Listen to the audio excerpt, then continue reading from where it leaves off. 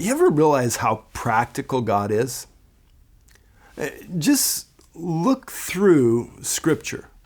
How much of Scripture is talking about concrete ways to live out concepts? You have a small percentage of Scripture that is revealing these lofty concepts, and then much of Scripture that's just telling us, how do we live this out? It's so clear in the New Testament especially, but just going to the words of Jesus alone, just reading through the red letters, when you read through the Sermon on the Mount, there's very little lofty concepts that are clearly communicated, but the way that those things look when they're lived out, they are very clear. Take a look at the letters that Paul wrote to the Corinthian church or to any of the churches. He goes through and he describes these concepts, but he always spends the last of the letter, what he wants to leave them with is, now this is what it looks like. This is the kind of life that you should live because of it. Right. Because if we don't have that integrity, if we don't have that integrity of what's happening inside of us, lived out outside of us, then whatever we think that we believe is untrue. So you can tell what you really believe by what you do, not by what you say. We could say that again. You can tell what you really believe by what you do, not by what you say. The demons say all the right things. What do you do? Now, that doesn't mean that you do to believe, but if you believe, you will do.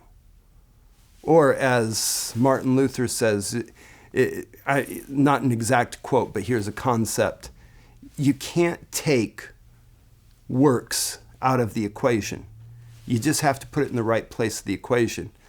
It's not works plus faith equals salvation. It's faith equals salvation, which equals works. So we have to get very practical about the things that we say that we believe. In Galatians, it says that if this is the way that we believe, then how should we live? If this is true, then what does it mean for our daily life? And I just challenge you to make that a question that you ask yourself on a regular basis. If you believe that, whatever that is, if you believe that, how should you then live? And when you take a look at your life, if you could erase all the things that you're telling yourself that you believe because you have thoughts in your head, and you just looked at what you did, what do you really believe?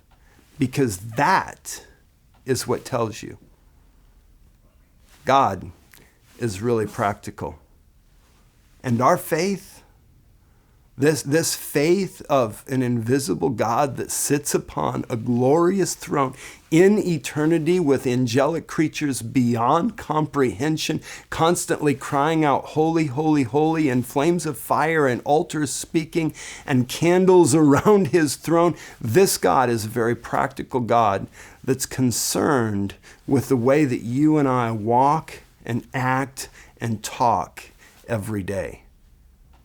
And that's a beautiful thing.